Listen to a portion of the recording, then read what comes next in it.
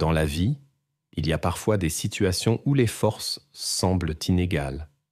Pourtant, même dans les circonstances les plus difficiles, lorsque l'avantage est du côté de l'agresseur, la force intérieure peut se manifester même chez la personne la plus fragile. Il est étonnant de voir comment parfois même une jeune âme trouve le courage de s'opposer à quelqu'un de beaucoup plus fort. L'histoire connaît de nombreux exemples où la détermination et la force de caractère ont aidé à persévérer là où il n'y avait apparemment aucune chance. L'histoire de Sayeri Wasfar a commencé avec sa force intérieure incroyable, héritée de son père déterminé, qui trouvait toujours une issue aux situations difficiles.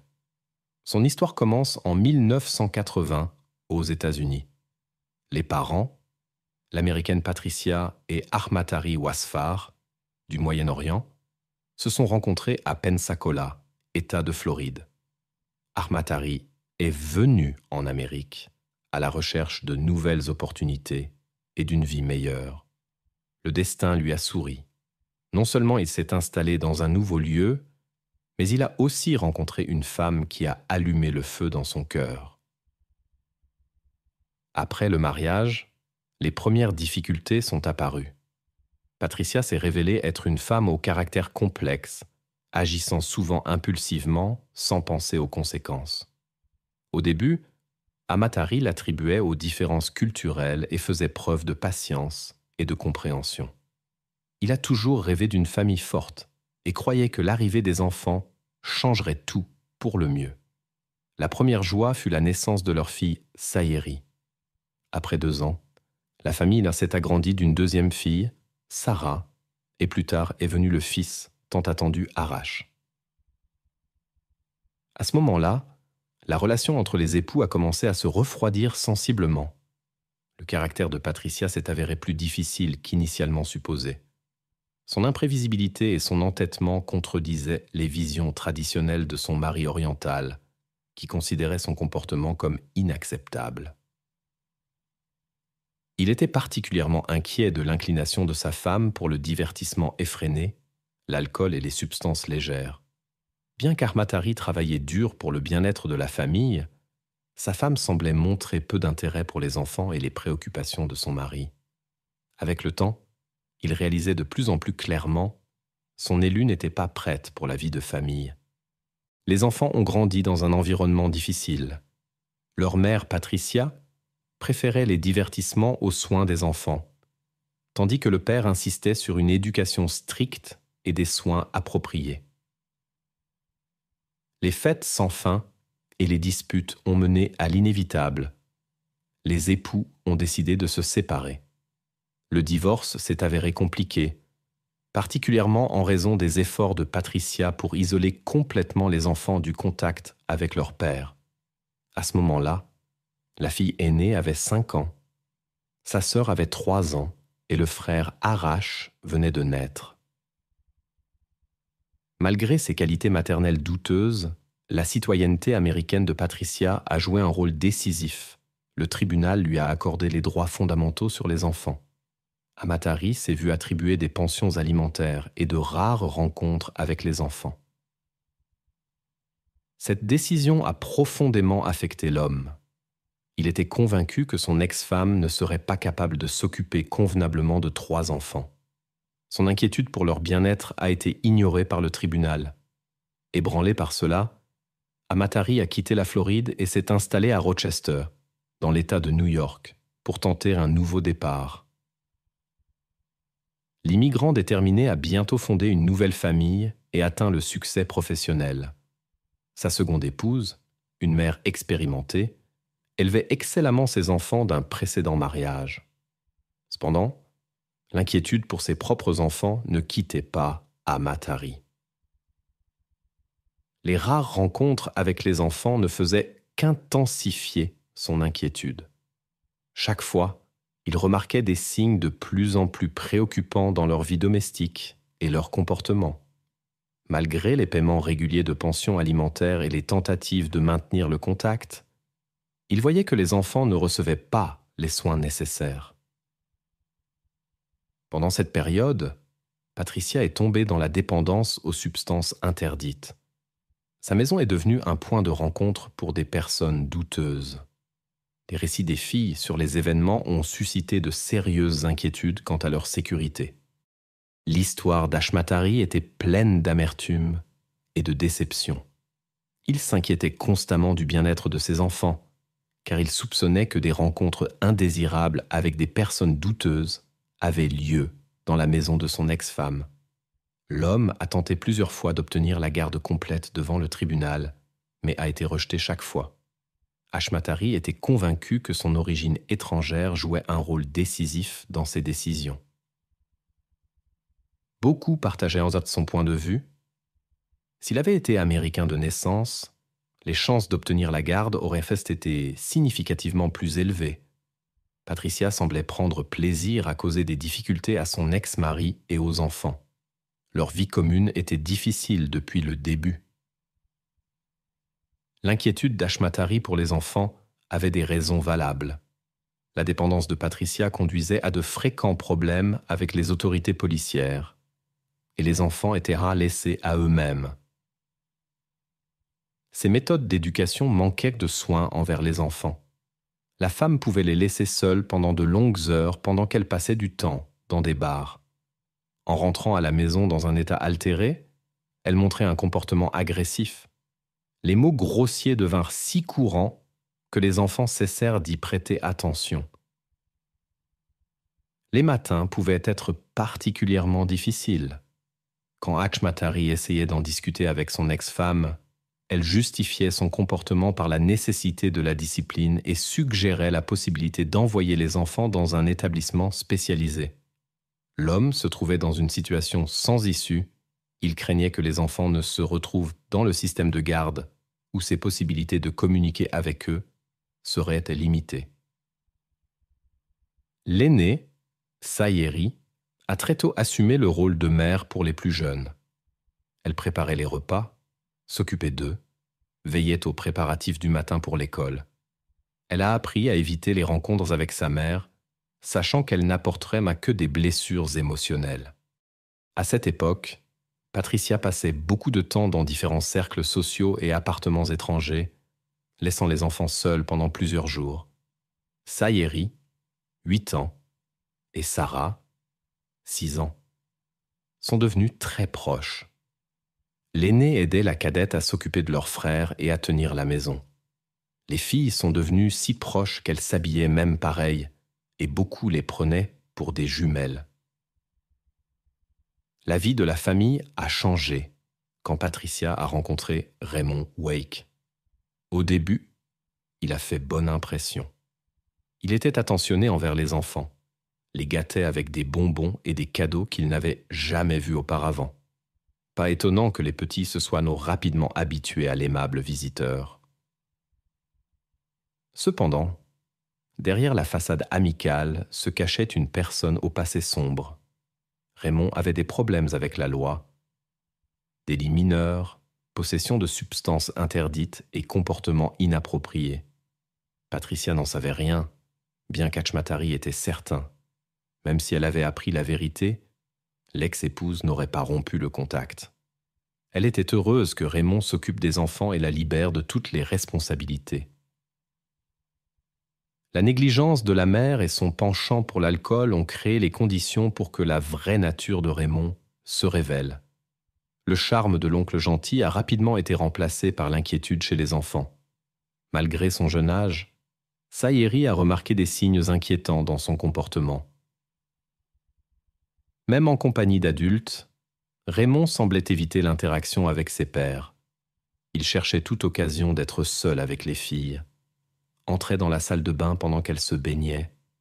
Quand il passait la nuit, il pouvait entrer dans la chambre des enfants lorsque Sayeri et Sarah se préparaient à dormir et rester debout silencieusement dans le coin à les observer. La sœur aînée a remarqué plusieurs fois son regard inquiétant. Elle en a discuté avec Sarah et celle-ci a compris de quoi parlait Sayeri. Les deux se sentaient mal à l'aise en sa présence. Le désir persistant de Raymond de passer du temps avec des enfants étrangers leur causait beaucoup d'inquiétude. Ce qui s'est passé ensuite a changé la vie de la fille aînée, pour toujours. Raymond a manipulé les plus jeunes enfants pour les faire taire. Il était prudent et essayait de ne pas laisser de traces. Sayeri a tout gardé secret, par peur pour son frère et sa sœur. L'homme agissait avec assurance. Patricia était soit absente, soit dans un état où elle ne pouvait pas aider les enfants.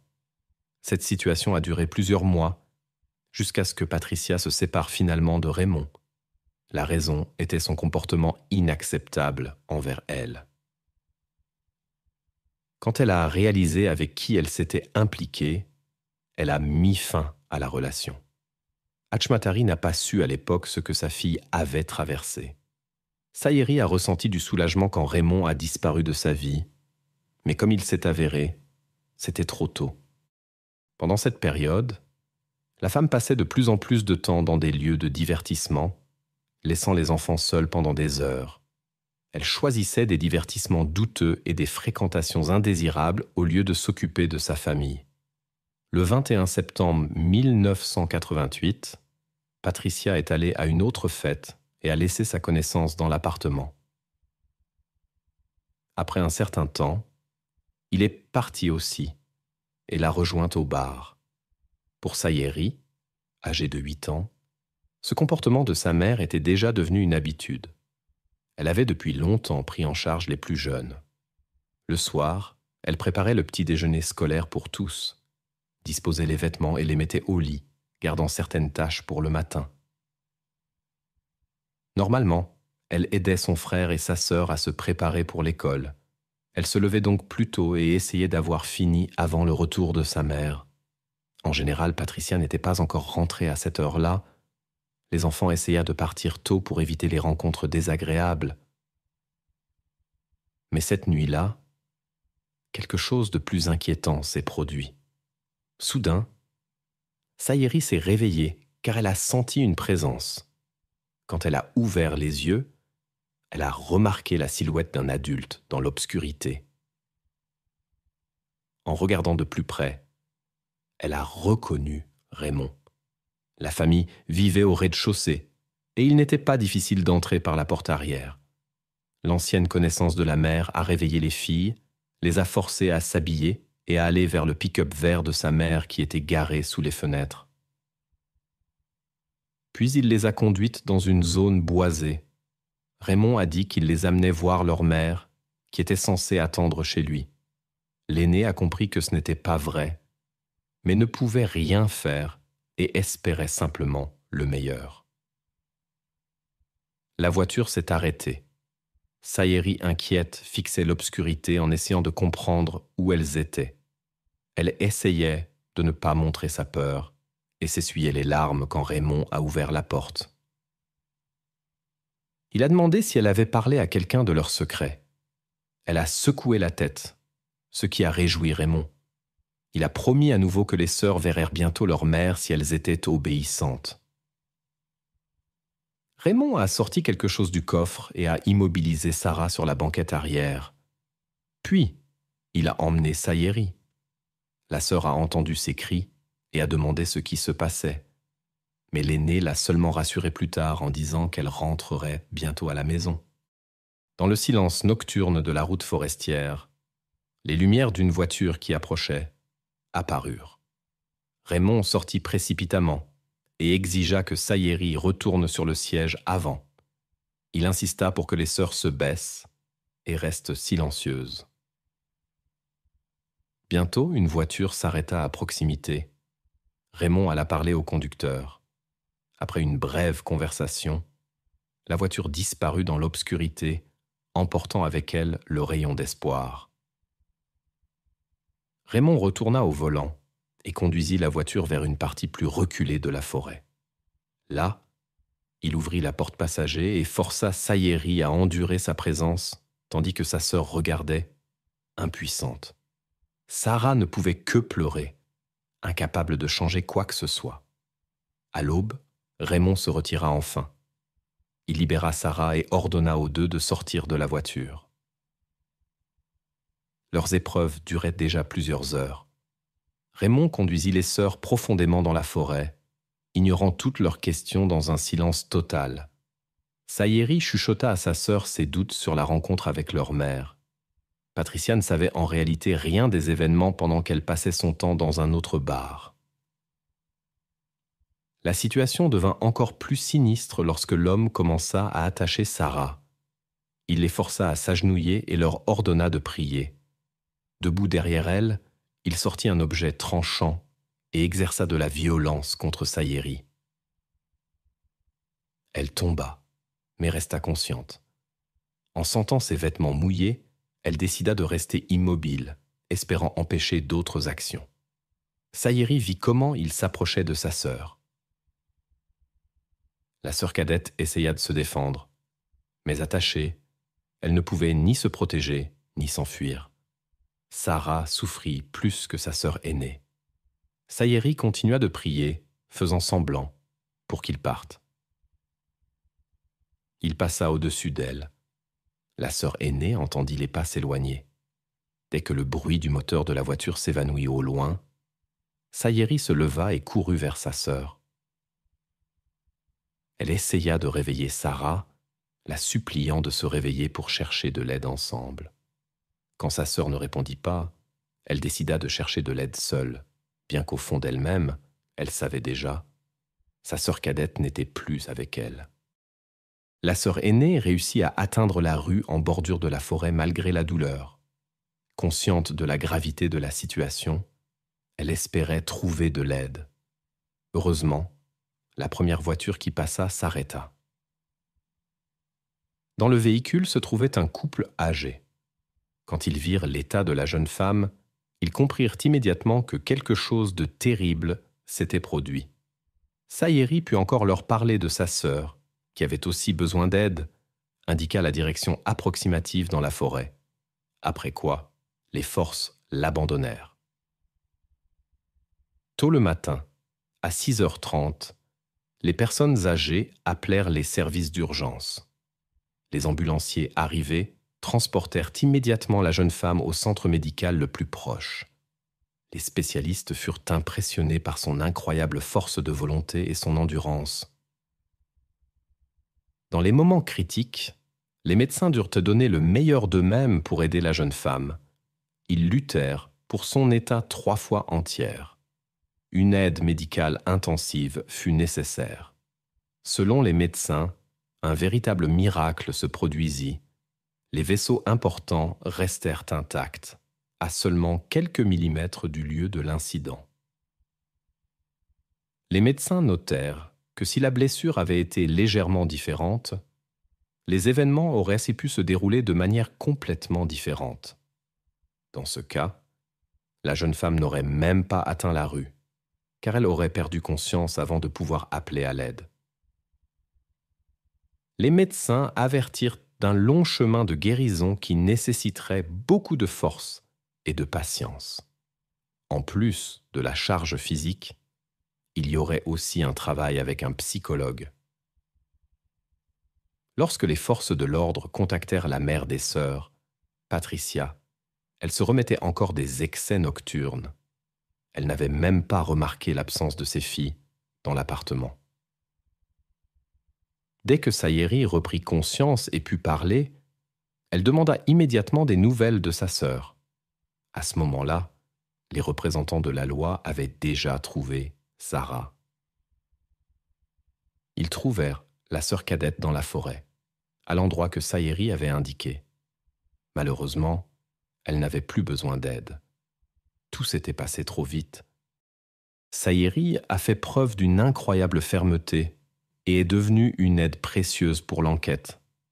Elle était désireuse de coopérer avec les forces de l'ordre et leur a fourni une description détaillée de la voiture verte de Raymond ainsi que du criminel lui-même.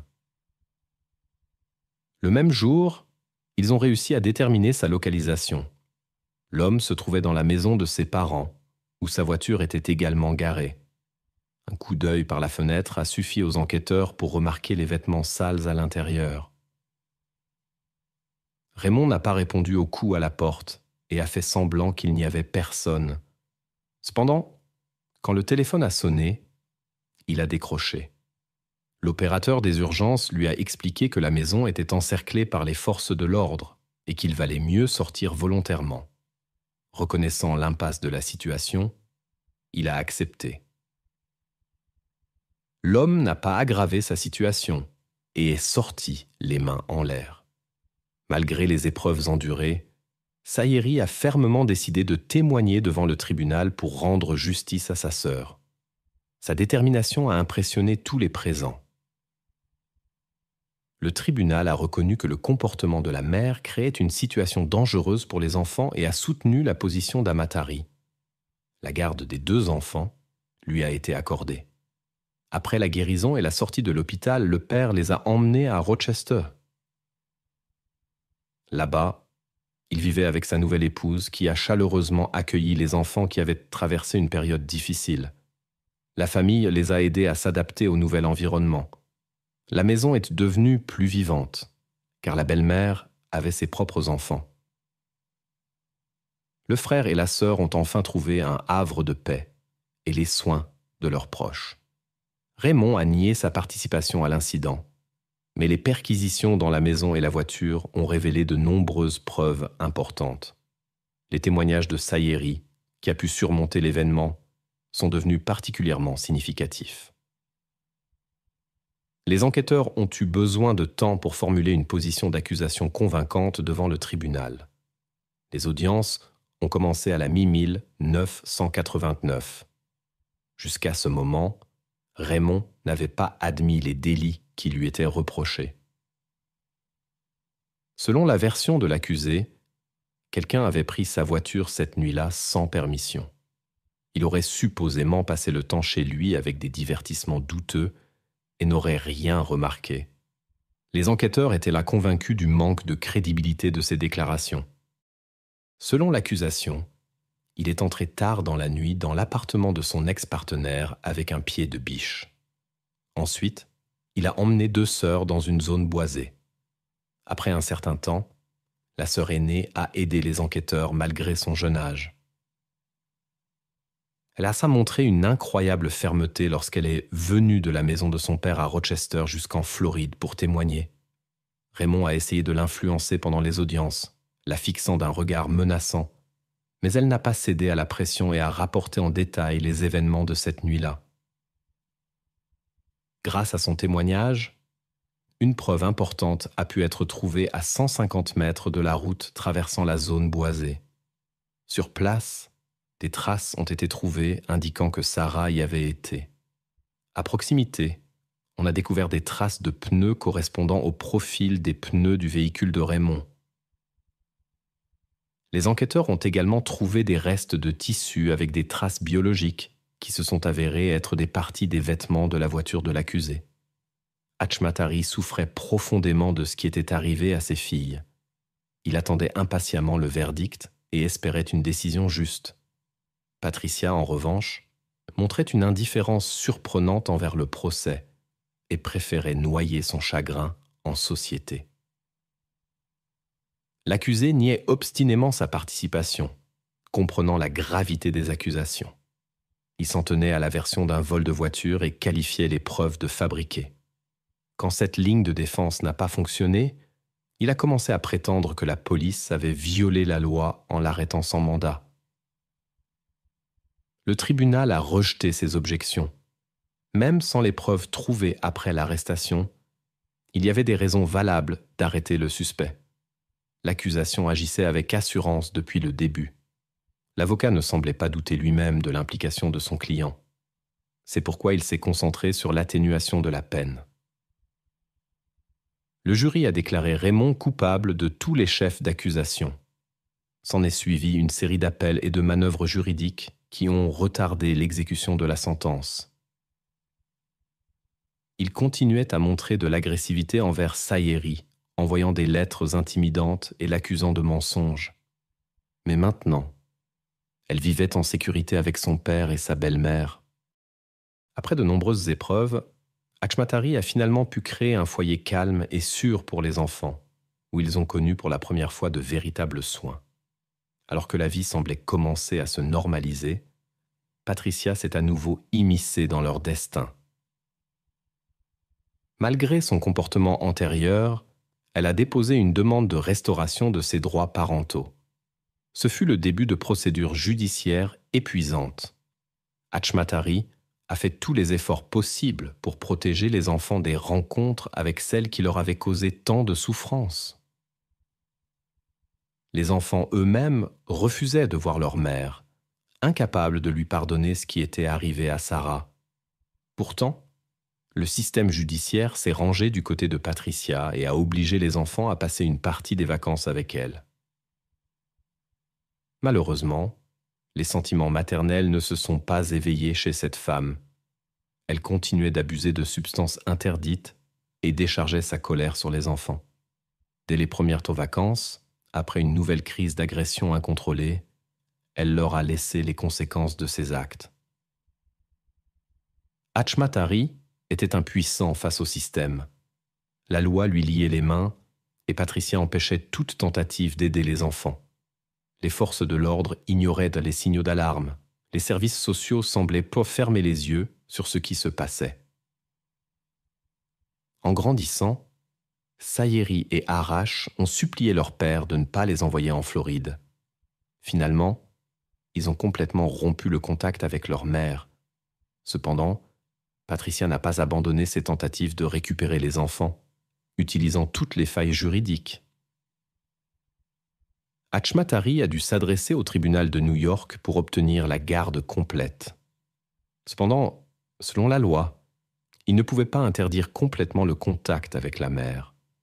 Le tribunal de Floride insistait sur le fait que la restriction des droits de Patricia n'était que temporaire. Malgré toute l'histoire de traitement irresponsable des enfants, le juge estimait que seul Raymond était responsable de ce qui était arrivé à Sarah et Sayeri. Cela a conduit à une grande campagne publique pour une révision de la décision en faveur d'Hachmatari. Et bien que les enfants continuaient de refuser de voir Patricia, seul le soutien de la communauté locale a permis de faire avancer l'affaire. Plusieurs actions publiques ont eu lieu, exigeant la garde complète pour le père. La longue lutte a été couronnée de succès. Patricia a retiré sa plainte, car Sayeri allait bientôt avoir 18 ans et ne pourrait plus être forcée de retourner en Floride. La mère n'a pas non plus lutté pour le fils, soit elle avait perdu l'intérêt, soit elle était fatiguée des procédures judiciaires. Hachmatari croyait que l'attitude partiale du système était liée à ses origines, mais était heureux que les années d'efforts n'aient pas été vaines. Après l'école, Sayeri a commencé ses études et a choisi le droit pénal. Les événements dans la forêt ont déterminé sa vocation, aider les autres. Elle a commencé à travailler au Centre national pour les personnes disparues et a participé à des projets de protection de l'enfance. Plus tard, elle est devenue officier de police dans l'État de New York. En l'an 2004, est venue la nouvelle que Raymond était mort en prison d'une grave maladie. Il a passé plus de 15 ans en prison, déposant d'interminables appels et tentant d'échapper à la peine maximale. Jusqu'au dernier jour, il est resté la même personne dont tous ceux qui le connaissaient se souvenaient. Au lieu de remords ou de confession, il a envoyé à Sayeri une dernière lettre pleine de moqueries. Dans ce message, il décrivait avec sarcasme les événements de cette nuit dans la forêt. Cependant, la jeune femme a pris cela comme une opportunité de se renforcer intérieurement. Elle a été témoin de la disparition définitive de sa petite sœur, a subi de graves blessures qui auraient dû être mortelles, mais a néanmoins survécu à cette terrible nuit. Heureusement, même la mère de Patricia n'a pas réussi à assombrir son enfance. Raymond n'a pas pu briser son esprit. Malgré toutes les épreuves, elle est devenue une personne qui est restée fidèle aux principes d'honneur et de justice. Dans le dernier message de Raymond, elle n'a vu que l'amertume de la défaite. Il n'a pas pu la briser. Sayeri a montré une résilience étonnante après tout ce qu'elle avait traversé. En l'an 2010, elle a uni sa vie à son petit ami Kelly. Ils ont eu un fils, Noé. Jusqu'en 2016, elle a été promue enquêtrice à New York. L'histoire n'est devenue publique qu'en l'an 2022, lorsqu'elle l'a partagée lors d'une cérémonie commémorative. À ce moment-là, Sayeri avait passé plus de 10 ans dans les forces de l'ordre. Selon ses mots, elle l'a fait en mémoire de sa sœur Sarah, à qui le destin avait assigné un chemin différent. Tout au long de sa carrière, Sayeri a accordé une attention particulière à la protection contre les agressions non désirées. À l'époque, Raymond avait déjà commis des actes similaires et aurait pu être isolé, mais les autorités n'avaient tous pas de système pour surveiller de telles personnes. Bien que Sayeri pense que cela aurait difficilement aidé à la protéger, elle et sa sœur, étant donné le comportement irresponsable de leur mère. Elle intervenait souvent devant des groupes qui aident les enfants issus de familles difficiles, partageant ses expériences sur la façon de surmonter les épreuves difficiles tout en gardant foi en soi-même et en l'humanité.